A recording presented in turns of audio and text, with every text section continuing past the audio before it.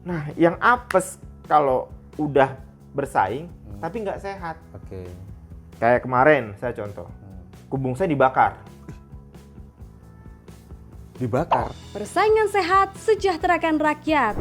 Roll 3, 2, 1. Welcome to Pod Country, podcast KPPU Kanwil 3 Bandung. Helmi, ini saya mau berbicara. Tadi kan seolah-olah kita ngomong enak-enaknya saja nih menjadi seorang pelaku usaha, apalagi komoditas jamur yang ternyata demand-nya atau permintaannya luar biasa. Tuh. Dan bahkan bisa dikembangkan diversifikasi produk menjadi jamur, tepung jamur. Tepung jamur. Nah, kita mau ngomong pahitnya nih. Ya, Tantangan, hambatan menjadi pelaku usaha ya secara umum. Ini seperti apa sih? Kayak saya tadi kan ceritanya kan enak-enak semua ya. Enak gitu ya. Apa namanya omsetnya itu ya 500 sampai 600 kg per hari loh. Dan itu keuntungannya dari per kilogram harga jamur yang kita beli per kilo itu sampai 30%. Itu kayaknya enak gitu ya. Jadi orang pengen jadi pengusaha. Nah, kalau hambatan dan tantangannya kayak apa sih?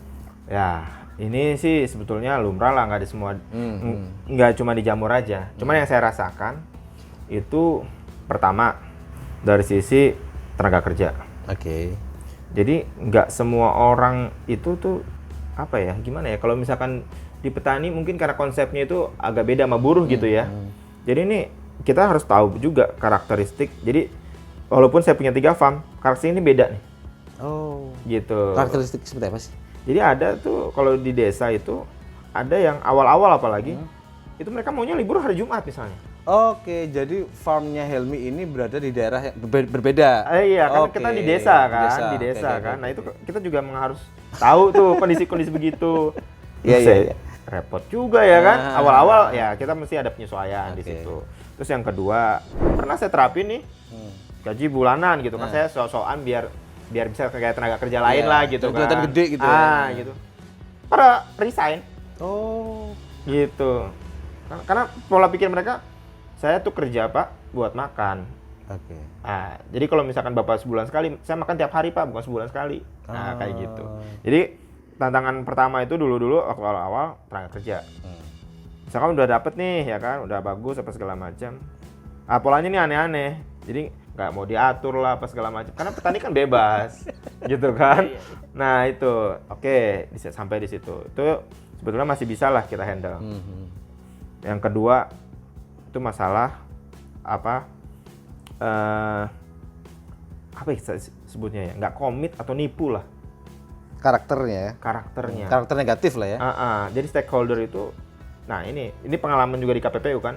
Kenapa saya tuh sampai sekarang supplier di saya, mau itu dia sifatnya supplier bahan baku ataupun dia menjadi supplier buat jamur ya kan, saya nggak pernah mau monopoli atau satu pihak aja. Supaya tidak ketergantungan dengan orang itu aja. Betul, karena itu juga yang bikin hancur usaha sidat saya. Jadi ketika itu saya percaya betul ekspor ke Korea, tapi untuk satu perusahaan. Nah, satu waktu perusahaannya itu kolaps, ikutlah saya ikut kolaps, gitu kan? Karena ketika kita besar ya kan, nah kita menggantungkan ke satu pihak aja. Ini untuk bikin kita punya market yang besar lagi itu kan butuh waktu. Betul. Nah, sementara kalau misalkan operation udah gede, nah kita lama-lama habis. Udah lama-lama ikutan juga gitu. Nah, dari situ pelajaran dari situ saya nggak pernah mau tuh. Walaupun misalnya kalau misalkan kamu bisa eksklusif, saya kasih harga murah apa segala macam, saya nggak mau. Termasuk ada beberapa misalkan pengepul, udah barang kamu Saya semua yang ambil. Serap, gitu. panen berapapun, gitu kan. Tetap saya nggak mau. Gitu. Karena orang kalau ngomongin manis pasti di depan. Iya kan? Tapi kalau udah kejadian, ya udah selesai. Dan itu salah satunya ilmunya dari KPPU juga. Betul, ilmunya dari KPPU juga. Nah, makanya kalau sekarang ada yang silih berganti ya lumrah lah. Gitu kan. Misalkan konsumen kita ya kan udah bagus bayaran di awal, terus suatu waktu dia kena sakit, nyangkut lah invoice 2 misalnya kayak gitu kan. Tapi kan karena kita nggak satu, Jadi kita masih masih aman. Nah itu, terus faktor yang paling ngeri adalah persaingan usaha. Nah, kenapa saya bilang faktor paling ngeri? Kalau bersaingnya itu secara sehat, kita masih oke. Nah, Karena ilmunya pula? punya ilmunya pula kan. Berarti kan kalau bersaing sehat, dia ada harga nih. Kita juga ada harga. Dia bisa efisien. Kita bisa nggak? Efisien. Berarti kan kita berlomba untuk inovasi, untuk efisiensi, ya kan? Bagus tuh. Nah, yang apes kalau udah bersaing, tapi nggak sehat. Oke. Kayak kemarin, saya contoh. Kubung saya dibakar. Dibakar. Kenapa saya bisa dibilang dibakar? Karyawan saya itu ngelihat jam 12 malam ada orang lompat dari pagar masuk ke farm bawa dirigen. Jam 1 kejadian orang ronda, kan biasanya di kampung-kampung sering banyak ronda itu ya. Gedor-gedor pagar apa segala macam. Oh, kebakaran. Untung baru 1 jam itu. Itu kalau misalkan lewat aja misalkan orang ronda nggak ada sampai subuh itu udah Habis. rata Itu satu farm. Luar biasa. Oke, Mas Helmi, mungkin bisa diceritakan ya kronologis terkait dengan kebakaran tadi ya. Jadi yang dibakar ini kumbung ada, farm ya? Iya, farm. Jadi ini di farm Bojongmurni. Nah, awalnya kenapa saya yakin itu dibakar? Karena driver waktu itu posisinya baru pulang jam 12 malam. Itu dia habis antar jambul. Karena konsepnya itu memang kita packing langsung kirim gitu kan. Nah, jadi dia baru datang, dia ngelihat ada orang. Ada orang jalan lagi bawa dirigen. Dia pikir ketika itu kan karena di farm itu ada yang nginep ya. Yang nginep 2 orang. Nah, dia pikir nih pegawai gitu. Mungkin mau buang sampah gitu. Nggak pikiran sama sekali dia mau Ada niat bakar. jahat Ada niat jahat gitu nggak pikiran. Udah habis itu dia pamit pulang kan. Nah, jam 1 pagi itu ada, memang kalau di farm itu bisa ada yang ronda gitu ya, ronda malam. Digedor-gedor farm, kebakaran. Nah, itu akhirnya bangun lah yang jaga. Yang jaga bukain gerbang, habis itu baru akhirnya matikan api. Jadi kondisi kebakaran itu udah 1 jam. Lamanya kebakaran tadi. Iya, kebakaran. Tertangkap nggak tadi yang orang yang diduga membakar tadi? Ini lagi dalam proses penyelidikan. Nggak, orang yang bawa jirikan berarti nggak tertangkap ya? Karena kan posisinya jam 12 malam itu gelap. Oke. Gelap, jadi dia cuman ya wajah tuh nggak tampak. Nggak tampak jelas gitu. Makanya dia karena belum begitu yakin 100%, tapi kalau indikasi-indikasi sudah ada. Nah, cuman kan harus dibuktikan nih karena kita di situ posisinya jadi bisa dibilang memang orang yang ngerti betul kondisi internal gitu. Oke. Karena kan jam 11 itu biasa kita masih ada kegiatan buat mastiin steamer. Biar nyalanya itu apinya itu pas gitu ya. Nah, berarti kan kalau misalnya dia datang jam 12, nah ini kan berarti emang udah ada sengajaan gitu, bentuk sengaja dia udah tahu timing yang orang udah tidur. Tahu sistem kerja di betul, farmnya Helmi. Betul. Ya? Nah, jadi itu mungkin karena itu dia datang jam 12, bakar, ya jam 1 udah ketahuan. Jadi udah sejam. Cuman kan kondisi farm kita kan banyaknya emang bahan-bahan yang mudah kebakar ya. Kayak kumbungnya kan bambu. Limbahnya tadi, terus juga serbuk kayu itu kan bahan-bahan yang emang mudah terbakar, habis cepat gitu habisnya. Ya udah. Karena itu ada tim ronda, alhamdulillahnya masih ketolong lah ya. Jadi nggak habis semua. Dan alhamdulillah nggak ada korban jiwa juga ya. Betul, karena keburu ketolong itu tadi sama tim ronda datangnya jam 4 ya udah selesai itu. Habis semua rata. Berapa kerugiannya? Kalau kerugian sih ternyata nggak terlalu banyak ya. Cuman yang saya cukup lumayan lah ya. Cukup lumayan. 1 dari 3 farm itu luar biasa.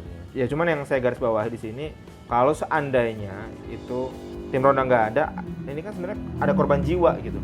Oke, kekhawatirannya Helmi gitu. Betul, itu yang saya pikirin sebetulnya. Ini kalau misalkan sampai ada korban jiwa kan urusannya bisa lain ya.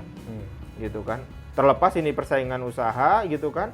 Tapi kan ini ada korban nantinya kalau misalkan itu terjadi, apalagi kan steamer itu kalau meledak udah kayak bom itu.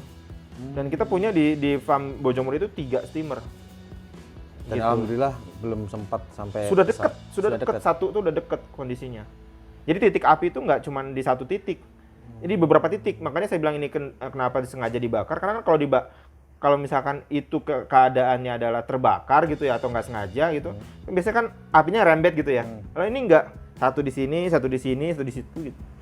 Emang sengaja disesuaikan dengan titik-titiknya. Dan sebetulnya kalau misalkan pun kebakar, kalau backlog itu kan kondisinya ada air dalamnya.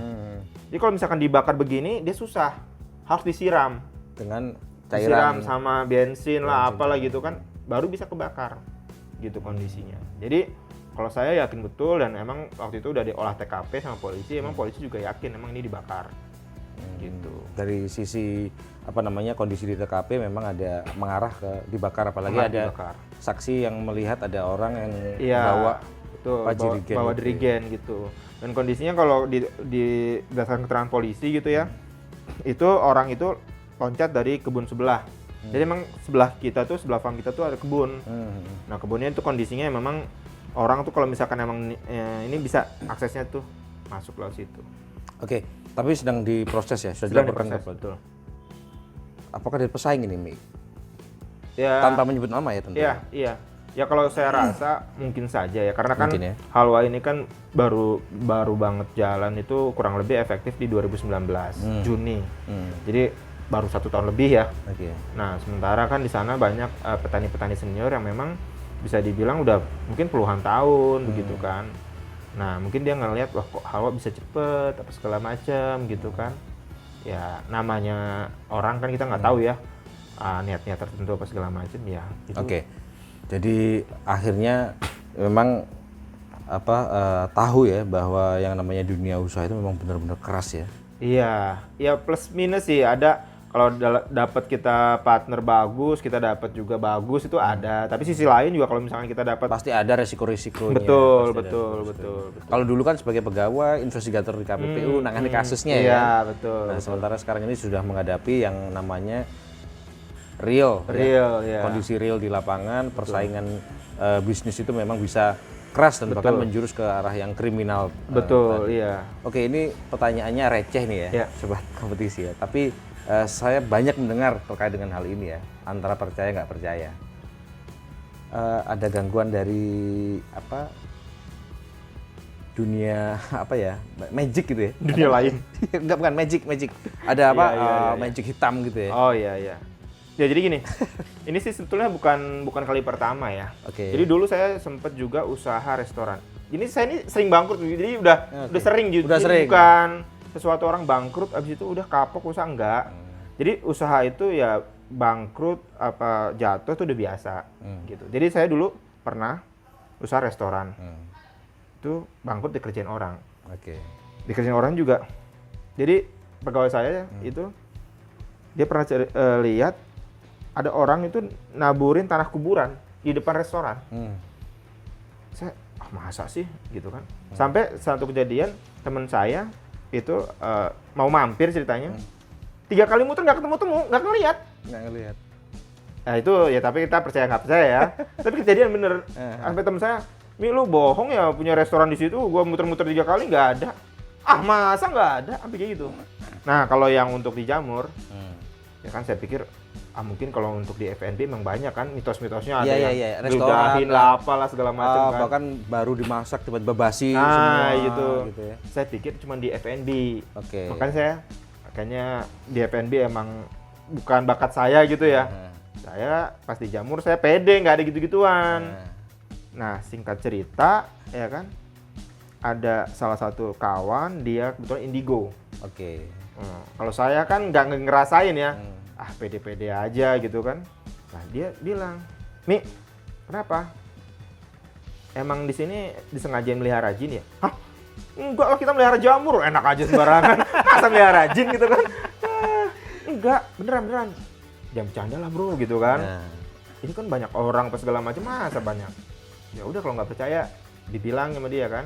Ini kalau gue ngerasa nih udah berat banget gitu. Awalnya kita nggak percaya. Nah mulai dari situ kejadian yang awalnya kita selalu nyalain SOP-nya salah ya kan. Ada supplier cari kesalahan ilmiah lah. Iya, ada supplier yang bahan kualitasnya jelek, bibitnya terkena kontam apa segala macam. Sehingga gagal gitu. Sampai kita terus cari kan. Sampai akhirnya temen yang gue bilang gitu, waduh nggak bisa juga ya. Baru mikir gitu. Nah, ada kemungkinan juga gitu saya pikir. Ya udahlah kalau misalkan magic kan lawannya harus magic lagi ya. Nah, maksudnya kalau kita nggak ngerti ya nggak mungkin lah bisa selesai gitu kan. Akhirnya ya udahlah kita coba juga akhirnya panggil orang yang ngerti begitu ternyata bener dari kompetitor. Katanya, saya sih juga nggak lihat oke. gitu kan. Tapi akhirnya diupayakan untuk dilakukan upaya-upaya untuk menghilangkan itulah. Betul. Oke, itu singkat saja ya, karena saya juga penasaran karena kan kita tinggal di Indonesia ini kan memang banyak mendengar kisah gangguan-gangguan usaha dari sisi itu ya, dari sisi. Betul.